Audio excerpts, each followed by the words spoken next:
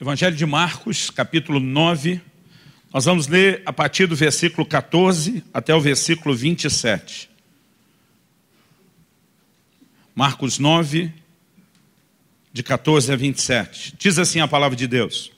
Quando eles se aproximaram dos discípulos, viram numerosa multidão ao redor, e que os escribas discutiam com eles.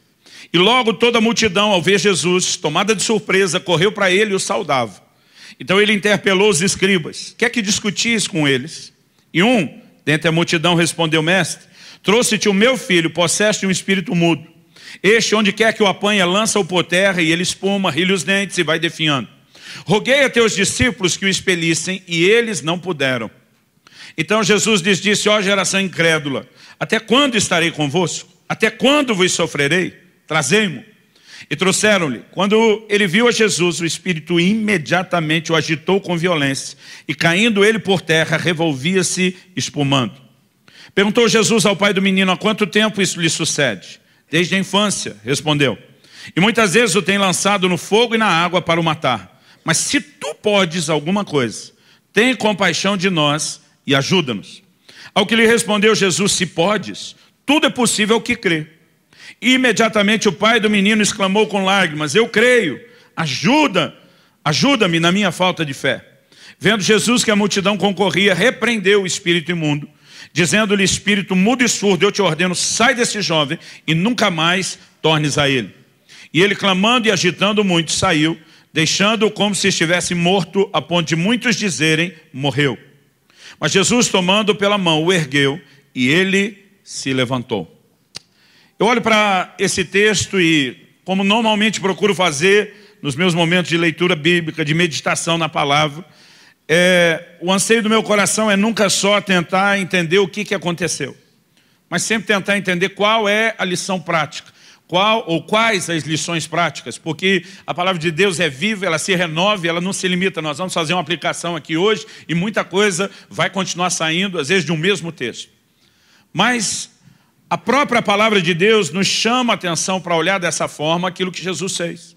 Por exemplo, o Evangelho de João termina dizendo, o apóstolo João diz: eu penso que se fossem registrados todos os milagres que Jesus operou, ele diz, eu penso que nem mesmo no mundo inteiro caberiam os livros. Então o que Jesus fez é infinitamente maior do que o registro que nós temos. Agora João diz assim: estes foram escritos para que creais. Obviamente João está dizendo, uma seleção de toda essa multidão de milagres foi escolhida com um propósito específico para acrescentar algo específico na nossa vida. E não apenas para inspirar a nossa fé, mas nós podemos olhar para a palavra de Deus e ver um padrão. Romanos 15:4 diz: tudo quanto foi escrito para o nosso ensino foi escrito. O que Deus queria nos ensinar não era apenas de história, não é só algo que aconteceu, mas através de contar essas histórias, esses relatos verdadeiros, Deus queria nos transmitir princípios. Então, eu quero que a gente olhe para esse texto, procurando entender aqui princípios. A primeira coisa que me chama a atenção: Jesus está no monte. O nome do monte não é esse, nós acabamos apelidando o monte da transfiguração, porque foi lá que ele se transfigurou diante dos seus discípulos. Enquanto Jesus está nesse monte, ele levou só 3 dos 12 discípulos para esse momento de oração. A Bíblia diz que um homem chega buscando ajuda. Provavelmente ele vem atrás de Jesus, mas quando chega, Jesus não está. A multidão está lá no pé do monte e diz: olha, o mestre saiu para um retiro espiritual, não voltou ainda. Agora, como só 3 dos discípulos foram, os demais estão lá no pé do monte, junto com o povo. Então, quando ele chega e não encontra Jesus, ele pede ajuda aos discípulos de Jesus que ali estão. Quando Jesus finalmente desce do monte, e é isso que nós lemos, a multidão fica surpresa que ele já voltou, começa a saudá-lo. E é nesse ambiente de retorno, a Bíblia diz o seguinte: viram, Jesus e os discípulos subiram com ele, viram uma numerosa multidão ao redor dos seus discípulos que ficaram. E a Bíblia diz: os escribas discutiam com eles. A pergunta de Jesus quando chega, versículo 16, ele interpelou os escribas: quer que discutis com eles? Essa pergunta fica bonita, principalmente nessa versão de Almeida atualizada. Os interpelou, quer que discutis com eles? Mas na tradução da Bíblia, na linguagem de hoje, do pastor Luciano Subirá, minha própria, diz que Jesus olhou para a turma e disse: quer que está pegando? A indagação não é só o que está acontecendo, mas me parece haver um tom paternal. Por que é que vocês estão avançando em cima dos meus discípulos que estão aí? Agora, quem responde à pergunta não é nem os discípulos de Jesus, que talvez estivessem acuados naquela discussão e naquela confusão. Também não são os escribas que os estão atacando. Quem responde é um homem da multidão. Nós não sabemos nem seu nome, nem o seu filho, mas é o próprio Pai. É a pessoa mais interessada no retorno de Jesus, daquele retiro espiritual, do que qualquer outro.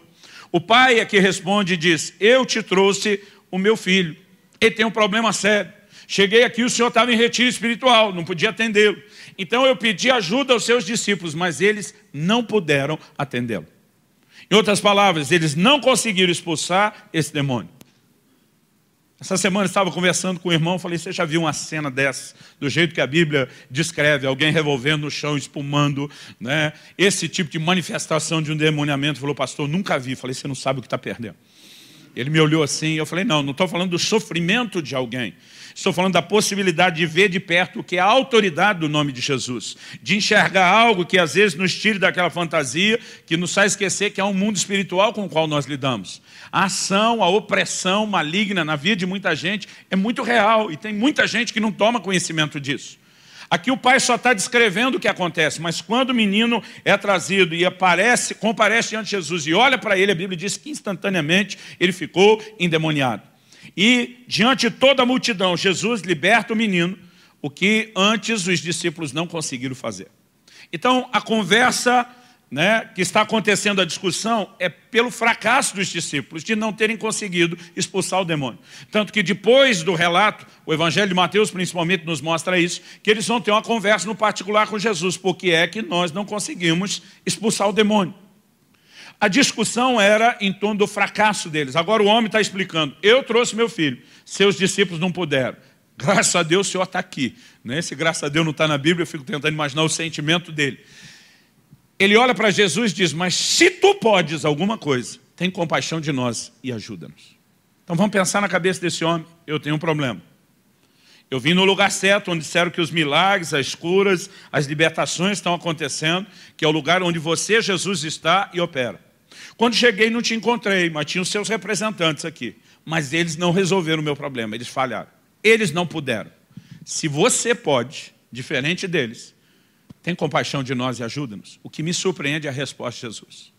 Jesus olha para ele e o versículo 20, primeiro lugar o 19, Jesus abafa e diz: ó geração incrédula, até quando estarei convosco, até quando vos sofrerei?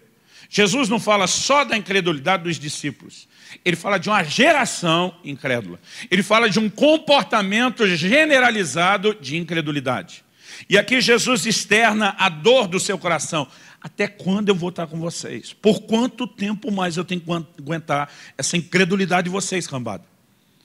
Até quando vos sofrerei? E esse vos sofrerei é por quanto tempo mais vocês vão me ferir, vão me machucar com essa incredulidade, com essa falta de fé. Toda discussão gira em torno, na perspectiva do homem, eu tenho uma necessidade de um problema a ser resolvido. Na perspectiva de Jesus, se existe ou não fé para que o problema seja resolvido. E agora, o que é interessante é que o homem chega e diz: ó, joguei a batata quente para os discípulos seus, eles jogaram de volta porque não conseguiram.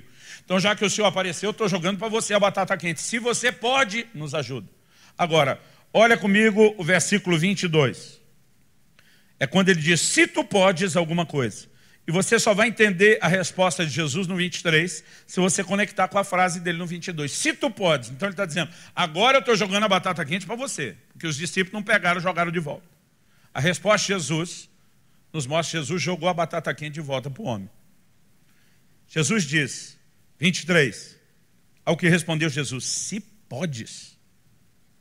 Tudo é possível ao que crê. Jesus está dizendo: meu amigo, se você está jogando em cima de mim, como fez com os outros, você está errado, não vai chegar a lugar nenhum. Jesus joga a batata quente e diz: não é porque eu não posso. A questão é que a possibilidade de acontecer o que você precisa não repousa sobre mim, ela repousa sobre você. A responsabilidade de acreditar para que o que hoje é impossível se torne possível é completamente sua. Agora, Jesus joga a batata quente não com o mesmo motivo dos discípulos, que não podia resolver. Até porque o que nós vemos é que Jesus vai resolver o assunto. Mas ele diz para esse pai, você não pode simplesmente transferir uma responsabilidade que é sua. E é sobre essa responsabilidade que eu quero falar hoje. A responsabilidade de crer. Esse é o tema da minha mensagem. A palavra de Deus diz lá no livro de Abacuque, repete isso em Romanos, Gálatas e aos Hebreus. O justo viverá da sua fé. Eu e você só vamos entrar em Deus até aquele lugar onde a fé nos permite entrar.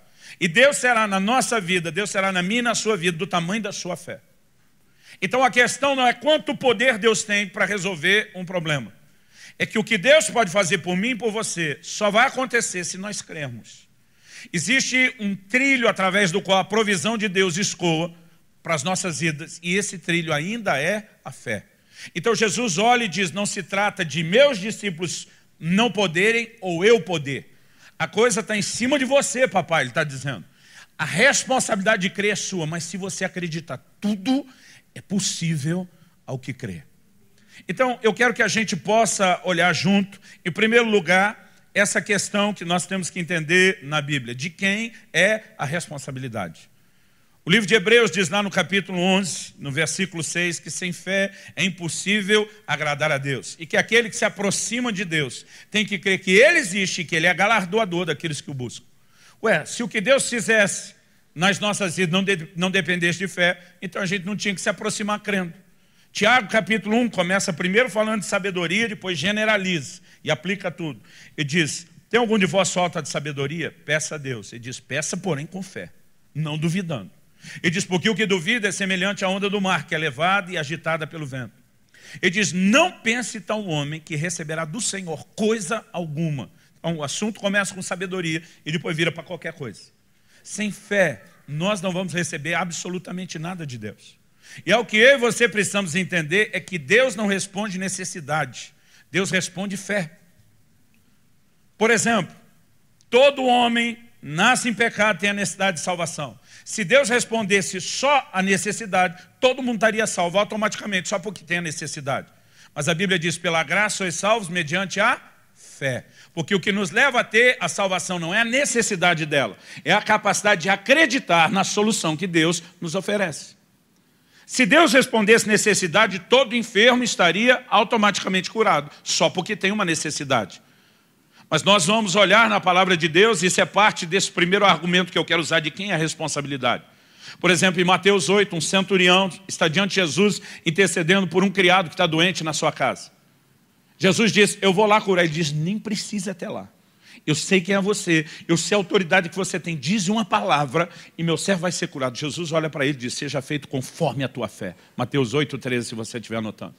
Ele não diz, seja feito conforme o meu poder.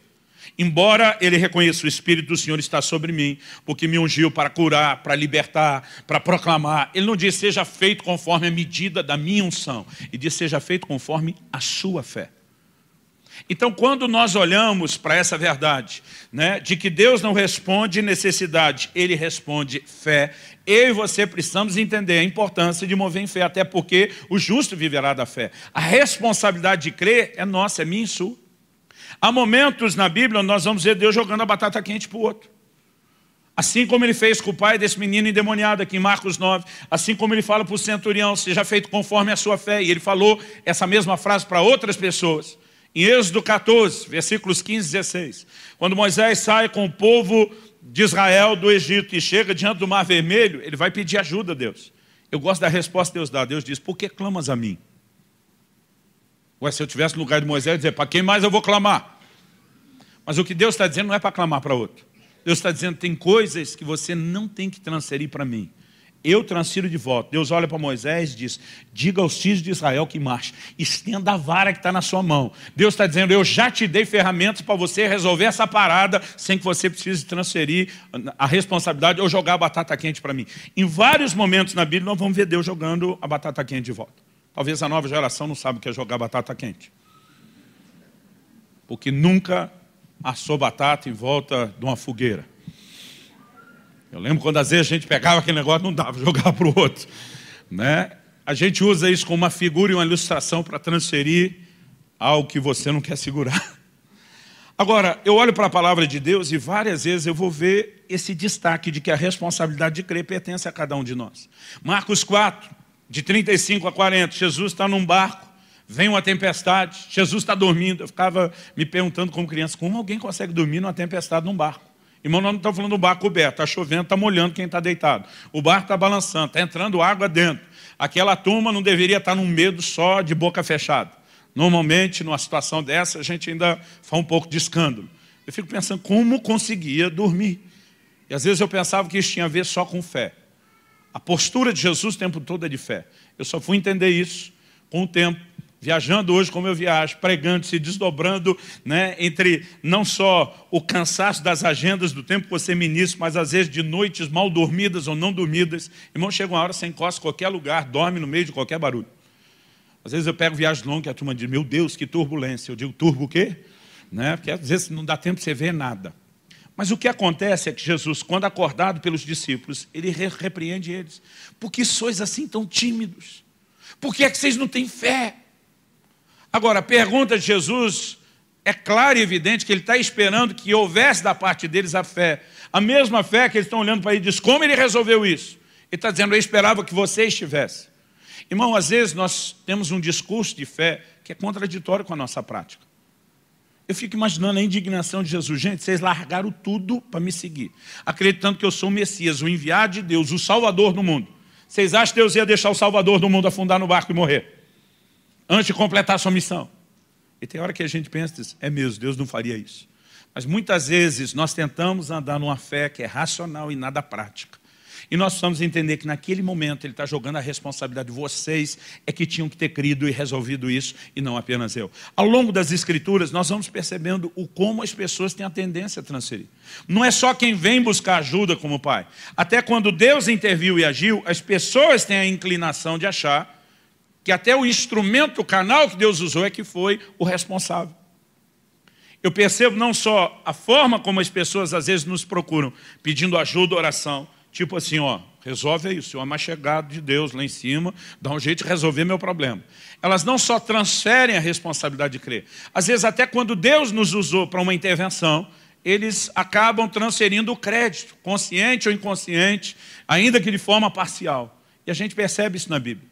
Em Atos, no capítulo 3, a Bíblia fala de Pedro e João levantando um paralítico na porta do templo. Na hora que eles estão pregando a respeito do que aconteceu, o apóstolo Pedro tem que fazer uma explicação. Se você for rápido de endereço, eu quero que você vá lá comigo. Atos, capítulo 3, versículo 12. À vista disso, Pedro se dirigiu ao povo dizendo, israelitas, por que vos maravilhais disso? Ou porque fitais os olhos em nós, como se pelo nosso próprio poder ou piedade o tivéssemos feito andar? Ele está dizendo, gente, não tem nada a ver conosco. Nós não somos necessariamente mais espirituais ou piedosos do que outros. Nós não temos um poder próprio para fazer isso. Agora, qual é a resposta deles? Verso 16. Pela fé em o nome de Jesus. É que esse mesmo nome fortaleceu esse homem, que agora vedes e reconheceis. Sim, a fé que vem por meio de Jesus deu a esse saúde perfeita na presença de todos nós. Sabe o que ele está dizendo? Não tem a ver conosco. Tem a ver com fé. Isso não é o único lugar do livro de Atos que a gente encontra esse relato. Dá uma olhadinha comigo agora em Atos, capítulo 14. Vamos ler primeiro dos versículos 8 até o 10. A Bíblia diz assim, em Listra, costumava estar assentado certo homem aleijado, paralítico desde o seu nascimento, o qual jamais pudera andar. Esse homem ouviu falar Paulo que está pregando, que, fixando nele os olhos, e vendo que possuía fé para ser curado, isso significa que tem quem possua fé para ser curado e tem quem não possua fé para ser curado, disse-lhe em alta voz, apruma-te direito sobre os pés. A Bíblia diz, ele saltou e andava. A partir do versículo 11, a Bíblia começa a mostrar que as multidões ficam maravilhadas com os milagres. Irmão, é bom demais estar num ambiente de milagre, ver o sobrenatural acontecer. Só que essas multidões são pessoas que estão vivendo não só a influência da cultura romana, mas também da cultura grega, né? Alguns se referem a essa soma chamando de greco-romana.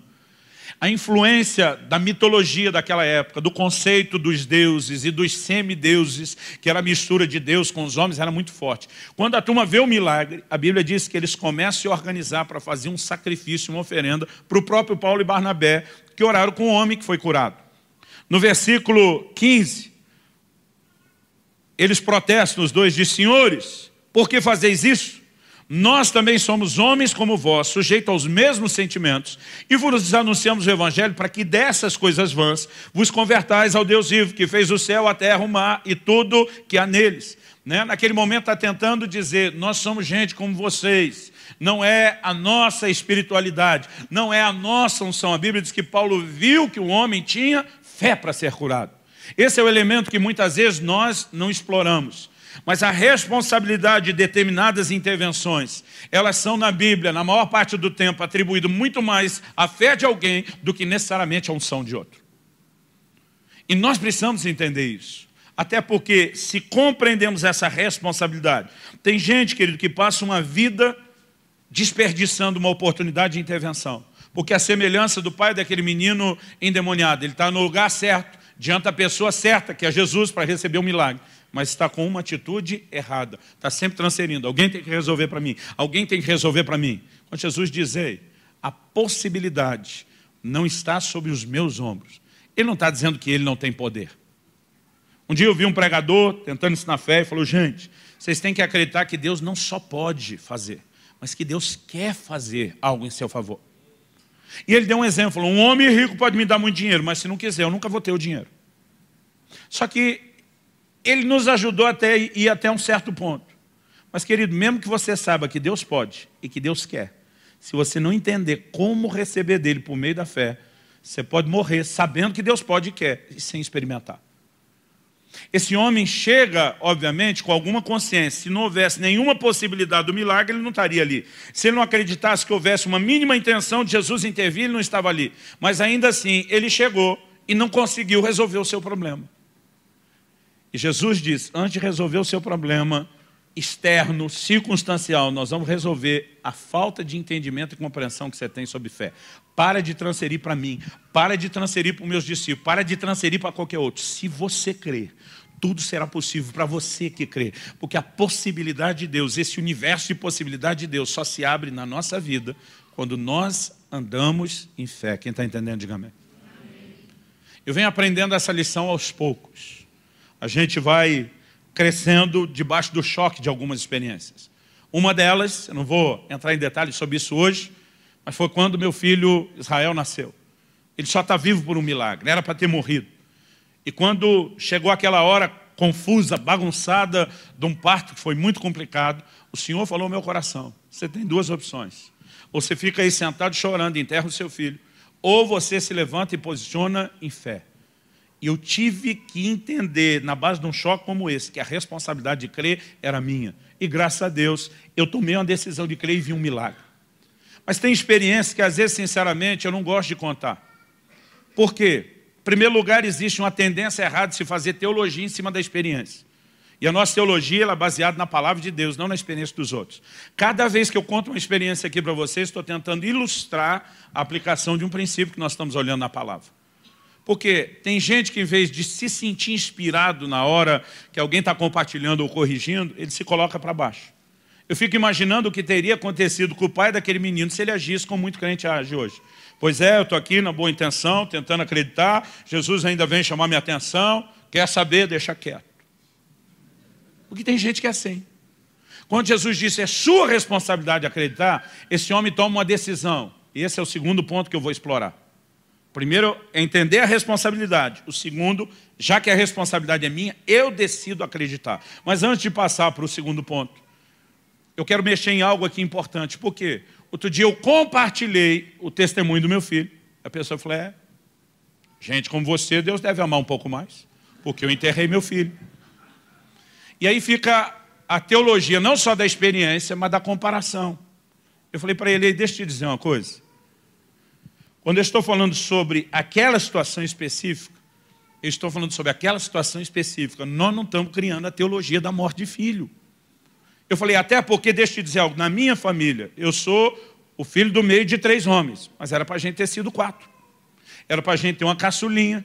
Foi, né, a última que nasceu, uma menina. E ela viveu só 2 dias e morreu. Eu falei, eu não estou aqui tentando dizer que se tem qualquer tipo de perda, é fracasso de fé. Não é isso.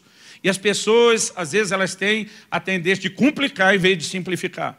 Aliás, você vai ver na Bíblia um Davi que passa 7 dias prostrado no chão, em jejum, orando para Deus sarar uma criança que nasceu doente. E Deus diz, não vou sarar, e ela morreu. Aí tem gente que tenta explicar, não, a fé só não resolve quando tem pecado, porque Deus estava julgando Davi pelo seu pecado. No caso de Davi é verdade. Agora, daí a dizer que todo mundo que perdeu foi por causa do mesmo motivo, irmão, é outra história. Então, a gente tem que ter o bom senso. Eu quero que você ouça essa palavra pensando muito mais nas oportunidades que você terá daqui para frente do que só numa avaliação do que aconteceu. Porque o que eu estou falando agora pode talvez não dar munição suficiente para você avaliar as experiências que você já teve. Mas uma coisa é certa, isso pode te ajudar em experiências que você ainda terá. Mas há momentos que a gente tem que entender. O caso do meu filho foi um. Mas depois disso, um outro momento que Deus me deu um choque daqueles, né, que talvez foi o que começou a abrir meus olhos. Na verdade, isso aconteceu um pouquinho antes do meu filho nascer. Foi aí que a coisa começou a clarear sobre a responsabilidade de crer. Foi depois de eu ter tido uma experiência. Às vezes eu conto isso quando estou ensinando sobre a questão dos dons do Espírito Santo. Eu tive um acidente. Tentei carregar uma caixa muito pesada, uma mudança maior do que eu dava conta.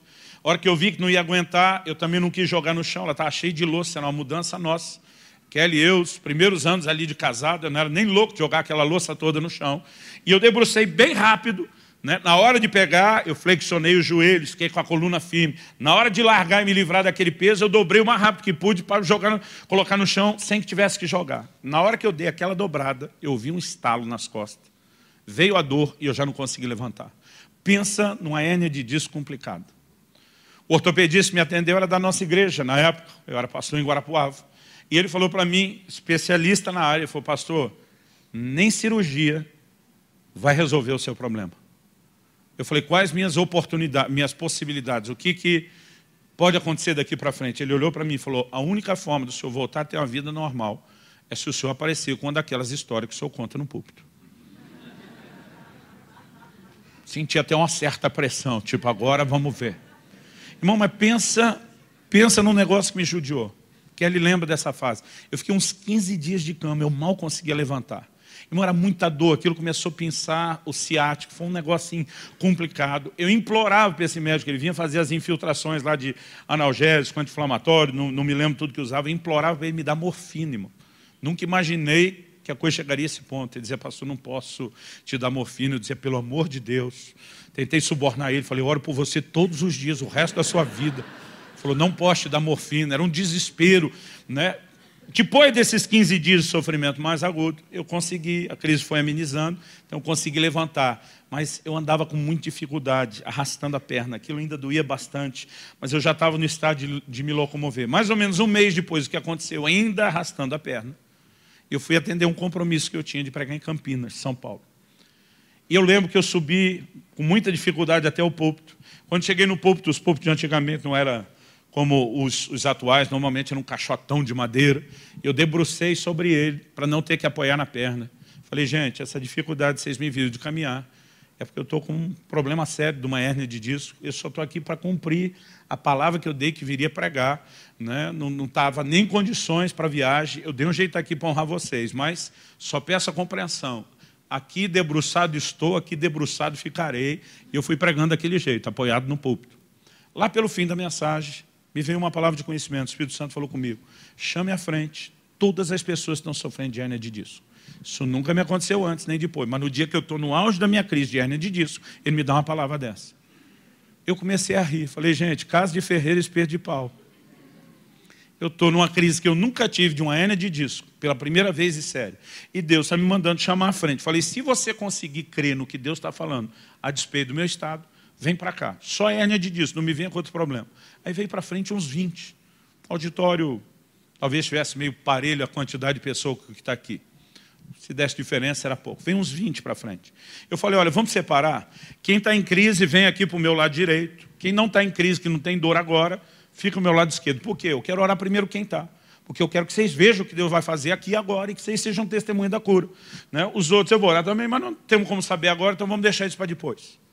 E aí aquela turma veio quase toda para o lado de cá, só ficou 3 do lado de cá. Falei, todos vocês estão em crise, então. Aí lá vou eu orar com eles. Jesus está aqui para curar as pessoas de hérnia de... Irmão, eu me senti um pateta. Eu ficava pensando, o que eu te fiz, Deus, para o Senhor fazer isso comigo? E lá vou eu, mancando, desci com dificuldade. E uma hora que eu estendi a mão para tocar no primeiro, eu senti já no meu braço, não é toda hora que a gente sente algo físico, mas eu senti aquela unção correndo, uma coisa quente fluiu do meu braço. E a hora que eu toquei na testa do camarada, foi sincronizado. Aquilo parece que saiu da minha mão, eu vi a reação dele, falei, que foi? Ele falou, entrou um calorão em mim. Falei, cadê a dor? Meu Deus, sumiu! Aí o cara começou a ficar... Né, naquele estado de comemoração, celebração, glorificar Deus, eu virei para o segundo, falei, está pronto? Estou pronto. A hora que eu toquei a testa dele, eu senti a mesma coisa. Eu vi a reação dele, falei, esquentou aí? Ele falou, não, esfriou. Falei, quando saiu daqui estava quente, não sei o que aconteceu. Falei, a dor, cadê a dor? Sumiu, pastor, glória a Deus. Aí começou a chorar. Aí eu fui o segundo, o terceiro, o quarto, o quinto. Eu acho que foi mais ou menos uma meia dor, entre um e outro. Parava, orava. Irmão, depois de uns 6 mais ou menos curado, eu pensei comigo mesmo, não é justo. Todo mundo recebendo eu aqui. Só que eu tentei disfarçadamente. Falei, vou pegar um pouco desse negócio para mim também.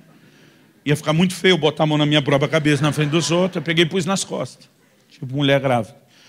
Botei a mão ali, em nome de Jesus. Irmão, comigo não tinha calor. Eu não sentia nada. O negócio não funcionava. Tocava o outro curado. Nada. Eu vi aquela turma toda. Acreditei que o que Deus fez pelos primeiros faria pelos 3. E depois dessa turma toda curada, a hora que terminou o culto, pensa num cara que estava indignado com Deus. Já aconteceu isso com você? De querer ensinar Deus a ser Deus, como que Ele tem que fazer as coisas. Aquele dia eu falei, Deus, precisamos conversar. Eu falei, por que todo mundo foi curado e eu não? Falei, se alguém me acusar de falta de fé, eu protesto, eu recorro ao Supremo Tribunal Celestial, apelo em última instância. Eu parei de pregar por causa de uma palavra sua, chamei o povo para frente. Eu fui orar com eles porque eu acreditei que o Senhor ia fazer, eu sei o que o Senhor pode fazer. Se alguém me acusar de falta de unção, eu também reclamo. Protesto em última, recorro em última instância. Eu senti o calor, eles sentiram o calor. A manifestação do teu poder estava ali. Eu falei, por que eu não fui curado? E aquele dia eu aprendi 2 lições. Primeira delas, o Senhor me disse, o propósito dos dons, eles não foram dados para benefício próprio. Eles são para servir os outros. Então, algo que nós precisamos entender, querido, você não usa o dom em seu benefício, você usa o dom para servir os outros. A segunda coisa que o Senhor me disse, a primeira foi essa, quando Ele falou isso, eu falei, então vou ter que ficar esperando a boa vontade, aparecer um homem de Deus, me revelar, ministrar na minha vida, como eu fiz para os outros. O Espírito Santo falou comigo, ou isso, ou você usa a sua fé. Irmão, eu prego fé desde a minha adolescência. E às vezes a gente percebe que uma coisa é você ter o conceito intelectual, a outra é você entender algo funcional e prático. E diz, use a sua fé. Você não é um pregador de fé. E foi aí que eu descobri que minha fé não estava boa o suficiente. Mas foi a hora que eu tive que tomar uma decisão. E é sobre isso que eu quero falar no nosso segundo ponto. Nós temos que decidir crer. Naquele momento eu saí daquele lugar, falei, pois eu vou receber a cura dessa hérnia. Eu não vou ficar limitado, incapacitado. A culpa foi toda minha, mas eu decido acreditar que o Senhor tem uma provisão. Eu vi isso, eu vou mudar esse quadro. Mas, irmão, não aconteceu nada naquele dia, não aconteceu nada no dia seguinte, nem na semana seguinte e nem no mês seguinte. Pastor, e no outro também não. Mas no outro mês também não. Foram pelo menos uns 6 meses. Mas nesses 6 meses, sabe o que eu fiz? Eu orava todo dia. Eu confessava as porções da Bíblia sobre cura todos os dias. Irmão, não tinha uma reunião de célula, né? E na época não era só as nossas, era a supervisão, que eu não pedisse oração. Não tinha reunião com os pastores da nossa igreja que eu não pedi oração. Foi tanto unção em posição de mãos que eu quase acelerei a calvície. Foi um negócio impressionante. Todo dia eu dizia, eu não abro mão, eu vou receber essa cura.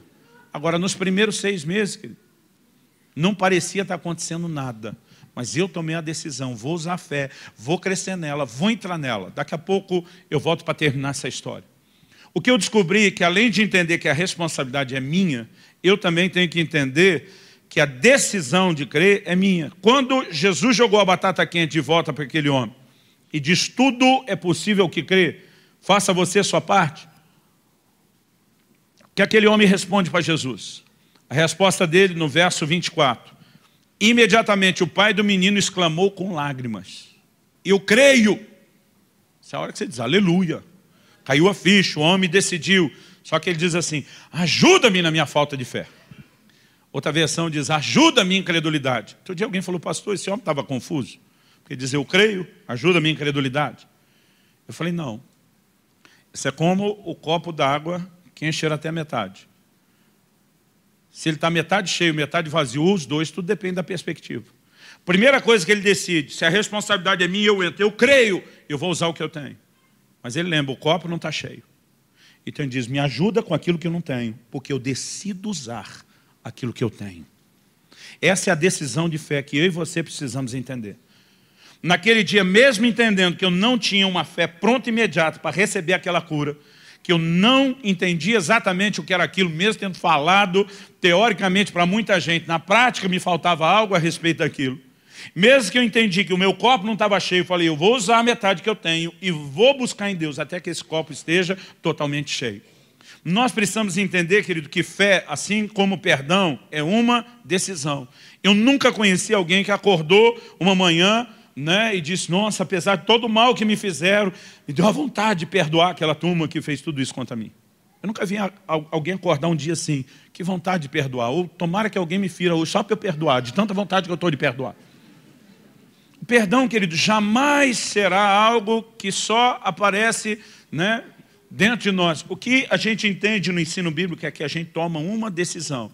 Assim como a gente entende que a responsabilidade de perdoar é de quem foi ferido, essa pessoa tem que tomar uma decisão a entender a sua responsabilidade de oferecer perdão.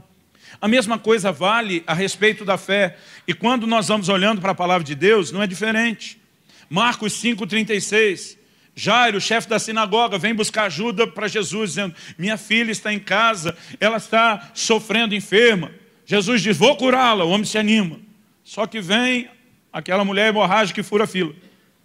Enquanto Jesus está indo para a casa de Jairo, ela toca Jesus, é curado, Jesus quer saber o que aconteceu, ela dá o testemunho, mas gente começa a ser curada no meio daquele mover de cura. E furaram a fila de Jairo, porque a vez era dele. Jesus se demorou demais ali, alguém chega com a notícia para o Jairo, tua filha morreu, não incomode mais o mestre. Ninguém está acusando Jesus de nada, só está dizendo, já incomodou, não funcionou, não deu tempo, deixa quieto, não incomoda ele. Jesus ouve a conversa. Marcos 5,36, olha para Jairo e diz, não temas, crê somente. Sabe o que ele está dizendo?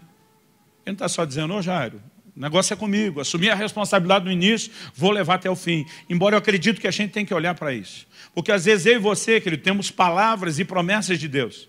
O camarada estava lá numa situação financeira difícil, está orando, buscando uma intervenção, e Deus fala uma promessa, eu vou intervir. Mas você já teve essa sensação de que entre ele fazer a promessa e acontecer alguma coisa, ele está demorando? E que enquanto está demorando, o quadro está piorando, porque antes ela estava enferma. A situação estava grave, mas ainda estava viva. Agora ela morreu. Algo que eu tenho aprendido, eu lembro que a primeira vez eu ouvi isso do pastor Francisco, nosso querido Chicão aqui. Ele disse assim, enquanto Deus prometeu e ainda não fez, a situação está piorando. Na hora que ele fizer, vai fazer com juro e correção monetária. Aleluia. Vai resolver qualquer complicação que aumentou depois da promessa que ele fez. Nós precisamos acreditar nisso. Agora, o que Jesus está dizendo para o Jairo é, não só eu vou fazer a minha parte que eu me comprometi, você tem que permanecer crendo, não deixe o medo entrar. Jesus está dizendo, a decisão é sua, toma a decisão agora, fica firme, assuma o seu posicionamento. E ao longo das Escrituras nós vamos vendo isso, vamos enxergando essa verdade. Em Marcos, no capítulo 11, no versículo 22, Jesus diz, tende fé em Deus. É um imperativo. O imperativo mostra não só a minha responsabilidade de usar fé, mas eu preciso decidir acreditar. Eu preciso decidir isso. Eu comecei a entender ao longo do caminho, experiências, querido, às vezes nos ajuda a explicar a nossa compreensão e aplicação dos princípios. Então, um testemunho que eu já dei aqui outras vezes, há 5 anos atrás, Kelly e eu tínhamos nos programado para fazer uma viagem à Índia e dar um apoio ao pastor Naya da missão Adore. Eu lembro que foi se aproximando a data, eu já tinha reprogramado isso. Eu não me lembro se foi 1 ou 2 vezes nos anos anteriores, por várias dificuldades de conciliar a agenda. E foi se aproximando a data. O Naya me chamou, na época a gente comunicava pelo Skype. Ele me chamou, e eu lembro que a gente na conversa, ele, tudo certo para a sua vinda? Eu falei, ainda não. Ele falou, por quê? Eu falei, meu amigo, as passagens estão caras demais nessa época que você está pedindo que a gente vá. Férias de verão na Europa, a gente tinha que fazer conexão na Europa. Eles queriam que a Kelly fosse junto, né, com a bagagem e a expertise dela de pedagoga para dar orientações sobre a escola. Eu não queria ficar tanto tempo fora, distante dela, queria levá-lo. Eu falei, as passagens já estão caras, e os dois juntos está fora do meu alcance. Eu lembro que ele falou do outro lado, e quando um desafio financeiro antes foi problema para você? Ele falou, olha, a menos que você tenha uma palavra de Deus dizendo para mim que não é a hora, ele falou, eu vou ficar no seu pé, você deu a sua palavra, você ensina sobre o negócio da palavra e eu vou te cobrar. Você só está liberado se Deus falar outra coisa. Quando ele desligou a ligação lá do Skype, eu estava quase com raiva. Eu fui orar. E a minha oração, irmão, não foi para pedir a Deus um milagre. Era assim, ó, me dá logo essa palavra que na hora de eu ir, para eu dispensar o rapaz. Eu não fui pedir ajuda para fazer a viagem, irmão, de coração. Naquela hora eu estava além da correria, do cansaço, olhando para aquele desafio, dizendo não dá. Hoje o valor seria bem mais alto. Na época, eu me lembro que as nossas duas passagens juntas estavam em R$ 8.496, a melhor cotação. E naquele momento que eu fui orar, falei, Senhor, fala logo comigo, acho que não é hora mesmo, meu coração não está empolgado com isso, não estou vendo a coisa acontecer, não chegou recurso. E para minha surpresa, enquanto eu orava, o Espírito Santo falou comigo. Não quero sugerir que toda hora a gente está ouvindo Deus falar, mas naquele dia o Espírito Santo falou comigo e disse, eu abri essa porta, eu dirigi essa viagem e você não deve voltar atrás. A vontade é dizer, só vai ficar do lado dele, é isso? Eu falei, então manda o recurso para a viagem. É só o senhor mandar o recurso que eu compro as passagens. Eu nunca vou esquecer da invertida que eu levei esse dia. Ele diz, esse planejamento de ter primeiro, gastar depois. Ele falou, você faz quando for suas viagens de família. Quando eu te mando fazer algo, você me obedece. Irmão, pensa no tranco, pensa no negócio que mexeu com meus brilhos. Agora, naquele momento, eu entendi a coisa em outra perspectiva. Poxa, o senhor não só quer, no sentido de seria legal se vocês fossem. O senhor está me mandando, a responsabilidade agora não é mais minha, é sua. Irmão, deu um negócio dentro de mim que eu acho que foi mais do que uma decisão, foi um surto de fé. Eu surtei. Foi um negócio assim tão maluco, a hora que eu entendi, é para ir, tendo ou não tendo? Eu falei, pois eu vou. Na hora eu passei a mão no telefone, liguei para a agência que estava vendo as passagens, falei, pode emitir as passagens. E eu lembro que eu desliguei o telefone e falei para Deus, mas não vou nem te ajudar, se possível eu te atrapalho agora. Eu falei para Deus, se eu for diante da igreja, colocar o desafio missionário, eu sei de um monte de gente que me ajudaria, agora eu não falo para ninguém, eu não peço para ninguém, e o que eu puder eu desconverso a alguém. Eu não esqueço, irmão, sexta-feira, 13 de julho de 2012. E tem gente que ainda tem superstição com a sexta 13. Para mim foi um dia inesquecível, memorável. Eu naquele momento falei para Deus, eu decido acreditar que o Senhor vai fazer um milagre, é com você e não vou te ajudar em nada. E deixei o negócio de lado. Na outra sexta-feira, dia 20, fui pregar numa igreja em Florianópolis. E quando chego lá, o evento era sexta e sábado. No final do culto, o irmão me procura e falou, pastor, o senhor não me conhece, eu te acompanho pela internet à distância. Soube que o senhor estaria no nosso estado, vim de outra cidade algumas horas para não só te ouvir, mas vim por causa de uma palavra que Deus me deu. Ele me disse que você vai fazer uma viagem, eu tenho que te ajudar nessa viagem. Pensei, mais uns 10 desses talvez resolva. Falei, que legal. Ele falou, mas eu não tinha na hora como trazer de imediato para você o que Deus colocou no meu coração. Então ele falou assim, se tiver alguma conta, não precisa ser a sua, para onde eu possa mandar o dinheiro. Que o senhor puder me passar, claro, irmão, em nome de Jesus, está aqui, ó. Mas, irmão, sem fazer ideia do que podia acontecer. Me iniciei a ser sábado à noite mesmo, me mandei para a estrada para poder estar aqui nos cultos de domingo. Depois da correria dos cultos de domingo, segunda, penso no dia que eu gosto de dormir, irmão, até doer as costas, como dizem alguns, é a segunda. Mas quando me levanto, uma coisa que eu gosto, antes do almoço, e começar a semana, é dar uma espiadinha e fazer o meu controle financeiro. Então levantei, tive meu tempo com Deus e abri, estava quase na hora da Kelly servir o almoço, eu abri o computador para checar o extrato. Eu levei um susto. Tinha entrado um depósito de R$ 8.490 na conta. Lembrando que as passagens eram 8.496. Eu peguei o código que estava lá da agência que foi feito o depósito, chequei pela internet, era a cidade da qual o irmão se identificou. Eu comecei a rir, ele falou, você está rindo do quê? Eu falei, amor, lembra que eu comentei com você que alguém ia ajudar? E não é que ele ia ajudar, ele bancou as nossas duas passagens. Como assim? Fez um depósito de 8.490, só pode ser ele, a cidade dele, e as pessoas não têm minha conta. Aí eu estou rindo. né? Eu falei, nós só vamos ter que bancar R$6 para essa viagem. Só que enquanto eu estou falando isso, meus filhos estão chegando da escola, nesse exato momento, entrando em casa. E eu lembro que Israel ouviu e falou, não vai pagar os 6 não, os 6 eu ajudo eu. E ele já veio com R$6, dessa coisa de dinheiro de lanche. Né? Falou, está aqui. Eu falei, filho, ajuda só com 5, deixa o papai pagar 1 para dizer que eu fiz alguma coisa. Nós estamos brincando ainda com isso. Meu telefone toca. A hora que eu atendi o telefone, era o irmão da cidade, se identificou. Pastor, o senhor já olhou a conta? Eu falei, olhei. Ele falou, desculpa a curiosidade, mas eu te liguei para perguntar uma coisa. Acertei o valor. Eu falei, por que você quer saber isso? Eu falei, porque Deus me disse que sua passagem não chegava em 8.500, então mandei 8.490. Falei, irmão, você errou por 6. Era 8.496. Falei, a próxima vez Deus der um número genérico, arredonda para 8.499. Melhor você me dar 3 a mais do que preciso do que 6 a menos. Eu brincando ainda com ele. Ele falou, é aí que o senhor se engana. Ele falou, minha margem de erro estava coberta por algo. Falei, o quê? Ele disse, se o senhor olhar a contabilidade da venda dos seus livros, tem uns R$10 que alguém deixou de troco dizendo que era oferta. Eu falei, sim, me avisaram, está lá anotado. Ele falou, fui eu. Minha margem de erro estava coberta nesses 10. Na verdade, ele me deu os 8.500. Eu falei, filho, toma seus R$6 de volta. Né? Há coisas, querido, eu não sei quantos de vocês já viram um estranho que nunca te viu se oferecer para dar R$8.500 para um projeto. Ter uma informação que você não contou, né, já é um milagre. Agora, ter recurso ainda é outro. E ter a coragem de liberar o recurso de acordo com a informação. Né? Agora, nós podemos, querido, quando tomamos decisões de fé. Eu não estou dizendo, irmão, que eu saio fazendo toda a viagem de imediato, emitindo as coisas. Né? Mas nós precisamos entender momentos e momentos. Eu vou contar que você vai ter um pouco de bom senso com o que você está ouvindo. Porque eu não estou tentando criar a teologia da experiência, mas naquele dia eu entendi, eu tenho que decidir acreditar. Da mesma forma como eu entendi que a responsabilidade é minha, eu tenho que tomar uma decisão. E depois de explorar a responsabilidade e a decisão, eu termino aqui chamando a sua atenção para o seguinte, nós, quando entendemos a responsabilidade e tomamos a decisão, nós temos que começar usando a fé que a gente tem, mesmo que não seja tudo que a gente precisa. Em Mateus, no capítulo 14, Jesus vem andando sobre as águas ao encontro dos discípulos. Irmão, a primeira reação deles não foi levantar a mão para o céu, glória a Deus, aleluia, algo extraordinário, milagroso está acontecendo. Às vezes a gente lê o texto bíblico sem se colocar no lugar. Irmão, imagina você, a madrugada inteira, remando, lutando contra uma tempestade, sem conseguir chegar no outro lugar. A Bíblia diz que já estavam fatigados a remar. Você começa a ver a possibilidade da coisa dar errado.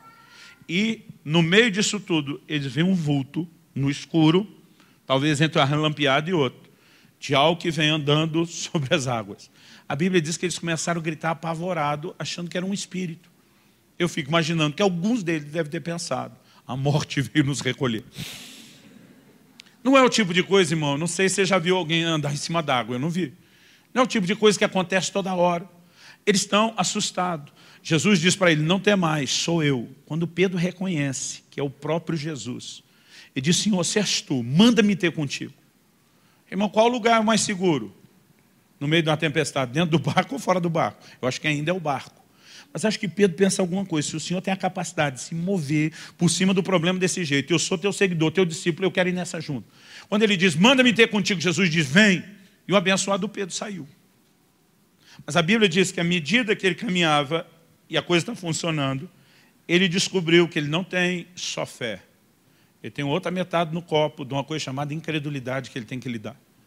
Ele percebe a força do vento, o tamanho das ondas. E eu acho que Pedro deve ter pensado algo assim. Andar em cima d'água até vai, mas tinha que ser agora.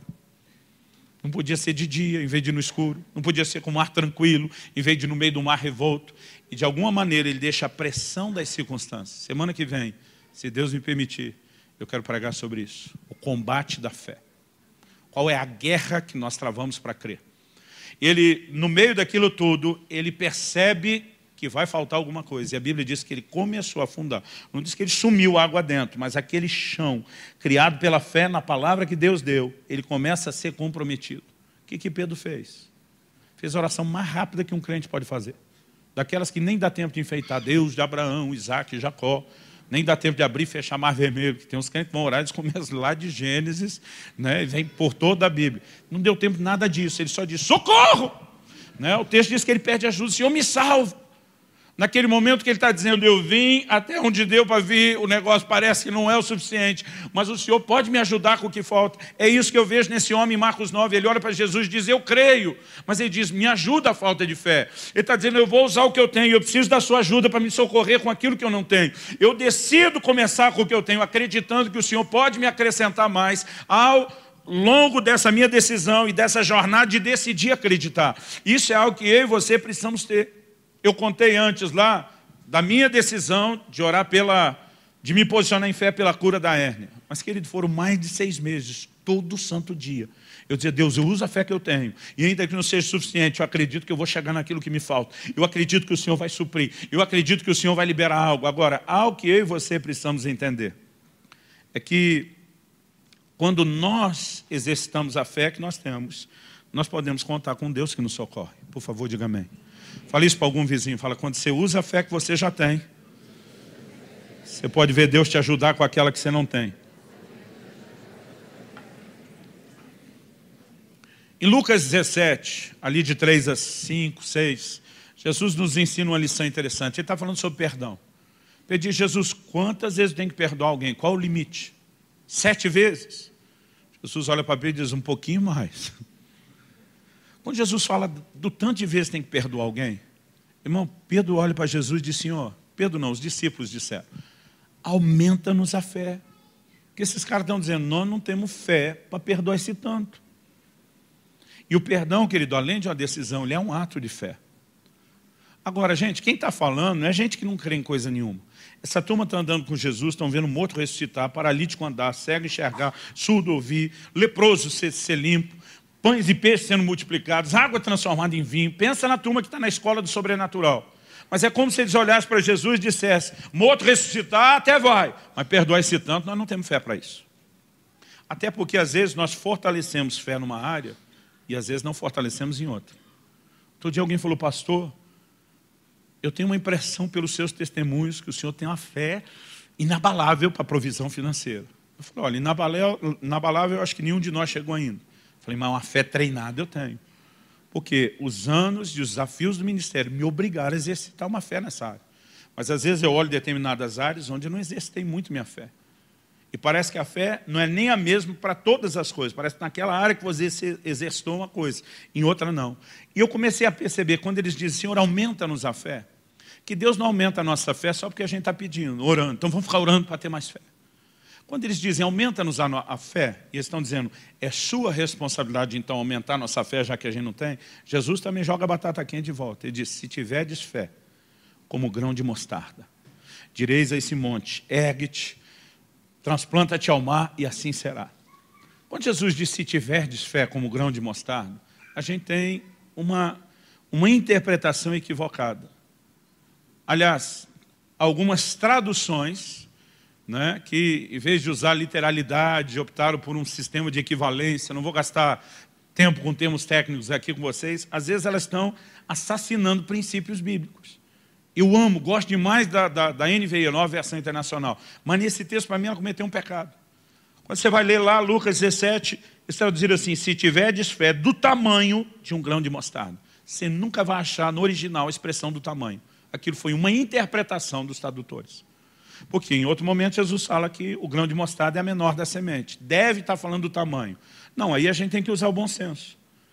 Se Jesus estivesse nesse momento falando do tamanho, ia ser incoerente com outro momento, onde ele repreende a pequena fé de alguns e elogia a grande fé de outros. Ué, se uma fézinha do tamanhozinho, de um grãozinho de mostarda resolve tudo, porque então ele repreendeu alguns pela pequena fé. Essa pequena fé já tinha que resolver tudo. A verdade é que lá ele não estava falando de tamanho, ele estava falando de fé como semente. Ele disse, você pega um grãozinho pequeno, como o grão de mostarda, a menor da semente, quer aumentar, o que você faz? Você planta. Quando planta, aquilo brota, vira a maior das hortaliças. Ele está dizendo, você tem uma semente, que se você não plantar, ela nunca vai aumentar. Eu e você recebemos uma semente. Romanos 12 diz que Deus repartiu conosco uma medida de fé. Nós temos uma semente. Você pode olhar e dizer, é pequeno, é. Mas quem é o responsável por aumentar isso? Não é Deus, sou eu. Como? Além da fé, Vi pela palavra de Deus, como diz Romanos 10:17, uma coisa que eu descobri: quando eu uso o que eu tenho e planto, aquilo aumenta, aquilo multiplica. Quanto mais eu e você exercitarmos a nossa fé, mais forte, mais firme essa fé vai se tornar. Quem está entendendo, diga amém. Então, eu não preciso ter o copo cheio, eu preciso pegar aquilo que eu tenho e dizer, eu vou aplicar, eu vou exercitar. E esse exercício, querido, mesmo que não nos leve a resultados imediatos, esse exercício de fé vai nos colocar num lugar onde a gente vai fazer a fé se esticar, onde a gente vai fazer ela crescer, onde nós vamos permanecer nesse lugar de dependência de Deus. Eu não sei te dizer quando eu fui curado daquela hérnia. Irmão, virou uma rotina tão intensa. Orar, confessar a palavra, pedir oração dos outros, continuar declarando, que um dia eu simplesmente descobri que sumiu. Como? Nós estávamos fazendo um batismo com o pessoal da igreja e resolvemos fazer essa festa num rio que nós temos lá na cidade. Era uma área que a gente usava para piquenique, né? Um rio, inclusive, que lá a turma chama de Rio Jordão. Pensa uma coisa quase bíblica. E nós estamos lá, já fizemos o batismo, estava um momento, a turma fazendo seu churrasco. De repente alguém chega para mim e falou: pastor, dá uma olhada naquela cachoeira lá, porque a moçada está pulando, mergulhando, se divertindo, mas é bom certificar que tem adulto junto, que tem segurança. Então lá fui eu, tipo síndico de prédio, né? Alguém apela para alguém tomar providência, lá fui eu para checar. E chego lá só para saber: gente, vocês checaram se isso é fundo o suficiente para ficar pulando aí de cima? Se não tem pedra, se não tem nada? Um dos adultos estava lá e falou: pastor, eu sou bombeiro, essa é uma das áreas minhas. Ele falou: eu mergulhei, eu procurei aqui duas coisas, não é só pedra. Ele falou: às vezes a gente tem um canal por baixo que a água puxa e pode ter afogamento. Tem outros perigos, além do que o senhor está pensando. Ele falou: o lugar é seguro. Eu mesmo pulei, me diverti, estou aqui de olho na turma, fica tranquilo. Eu falei: é tranquilo mesmo? Ele falou: é. Eu falei: então até eu vou pular. Subi, tinha olhado na cachoeira, estava ainda receoso, pensando: pulo de pé, o que eu faço? Você, quando está perto da moçada, é um perigo. Eu era um garoto, começando o ministério pastoral, muito novo. Aí os caras começaram: pula, pula. Aí vem o outro e diz: duvido, dá um mortal. Isso foi uma coisa que eu fiz muito quando a coluna era boa. Eu, na hora, irmão, nem lembrei da coluna. Olhei e falei: quer saber? Virei, alinhei o pé e dei o tal do mortal. Quando dei o mortal e caí dentro d'água e saí, um dos adultos estava perto e falou: pastor do céu, sua coluna, como que o senhor faz uma coisa dessa? Falei: gente, não doeu. Aí foi a hora que eu descobri que o negócio estava bom. Aí foi a hora que eu procurei o médico, que tinha me dito: a menos o senhor apareça com uma das histórias do púlpito. Falei: eu vim para você dar uma olhada na minha coluna. Aí, irmão, você fica valente. Os primeiros 6 meses, a hora que eu pensava: não vai funcionar. Não adianta espiritualizar tudo. É melhor desistir. Irmão, às vezes eu e você desistimos antes de alcançar resultados. Eu prefiro crer a vida inteira por algo que Deus não queria fazer, mas continuar tentando crer, do que desistir no caminho só por uma suposição de que, porque não aconteceu ainda, Ele não quer. Eu tenho descoberto que a mesma decisão que eu uso para começar a crer é a decisão que eu tenho que manter até o fim. Tem coisas, querido, que eu vi acontecer instantaneamente. Teve coisas que levou semanas. Teve coisas como essa da coluna, levou meses. Eu tenho intervenções de Deus que levaram anos. Eu passei 19 anos dizendo a Deus: eu gostaria de fazer uma viagem para Israel. Mas o senhor tem que me dar a viagem. Não me deu o dinheiro. Se o senhor me der o dinheiro, vai para missões. Eu não vou conseguir pegar o dinheiro e pagar a viagem. Meu coração vai pesar com isso. Me dê a viagem. Foram 19 anos. Eu não estava com pressa. Não imaginava que tinha motivo para isso. Mas 19 anos orando: me dê a viagem. Até que Deus me deu a viagem. Depois deu mais outra. Porque às vezes demora, mas vem com juros e correção monetária. Tem questões, querido, que eu ainda estou crendo há mais de 19 anos. E eu sei que vão acontecer. E quando eu entendo que a responsabilidade é minha, a decisão é minha, eu digo: eu vou usando o que eu tenho, enquanto a fé vai crescendo e fortalecendo. Eu quero te encorajar, querido. Eu não estou aqui para tentar te prometer e dizer: olha, todas as suas necessidades vão ser instantaneamente resolvidas. Mas Jesus diz: tudo é possível ao que crê. Tudo é possível. Ele falou: não depende de mim, depende de você acreditar ou não. Até porque, como nós falamos antes, Deus não responde necessidade, Ele responde fé. Agora, o problema é que nós não investimos a nossa fé. Em 2 Tessalonicenses 1:3, Paulo diz: a vossa fé cresce muitíssimo. Essa fé pequena, ela pode se tornar grande. Mas isso não é automático. A gente precisa alimentá-la, nos encher da palavra o tempo todo. Outro dia eu vi a declaração de um camarada de muita fé. Quando perguntaram para ele: mas por que você acha que a fé das pessoas para a cura é tão baixa. Ele diz, a gente tem a capacidade de alimentar o nosso corpo com 3 refeições quentes por dia, mas damos para o nosso espírito um sanduíche frio por semana. Como que a nossa fé vai ser forte? O que está faltando para muitos de nós é vitamina B, Bíblia. Agora, eu tomei a decisão que além de ler muito a Bíblia, além de gastar tempo orando, em especial orando no Espírito Santo, como diz lá Judas, mas vós, amados, Judas 20, edificando-vos na vossa fé santíssima, orando no Espírito Santo, eu também decidi que eu queria estudar tudo que eu pudesse, com homens e mulheres de fé, com gente que ensinava a Bíblia, respaldado não só por declarações teóricas, mas pelo testemunho de vida. E nós, muitas vezes, queremos ter a fé sem investir nela. Mas se a gente entender isso e investir na fé... Irmão, não leio a Bíblia o tempo todo só para conhecer ou só para ter material para pregar. Eu tenho uma consciência, minha fé precisa ser alimentada. Minha fé precisa ser alimentada. E há um lugar em Deus onde eu e você precisamos entrar para intencionalmente investir na nossa fé. E se nós entendemos a responsabilidade de crer e entendemos que é o meio para entrar nesse lugar do sobrenatural, nós podemos, por decisão nossa, romper com um lugar de mediocridade e passar a experimentar coisas maiores e extraordinárias. Irmão, não creio que para Deus, às vezes a gente faz a distinção, o que é algo muito espetacular, o que não, o que deve ser importante, o que não. Deus me fez lembrar de um episódio no primeiro culto, eu vou repetir, não tinha programado falar, no início eu achei que era só para o primeiro culto. Anos atrás, no início do meu ministério, quando ainda era solteiro, eu tomei uma decisão, foi algo pessoal, ninguém tem que fazer isso. Mas eu falei, Senhor, enquanto eu estou nessa condição, sem ter que sustentar uma família, eu quero fazer um compromisso. Todo o dinheiro que me chegar às minhas mãos não é meu, é seu, é do reino de Deus. Vou dormir aonde me der lugar para dormir, se não tiver, eu improviso. Vou vestir só o que eu ganhar. Vou comer só o que me oferecerem. Não bote dinheiro em coisa nenhuma, a não ser o seu reino, e vou deixar o Senhor cuidar de mim.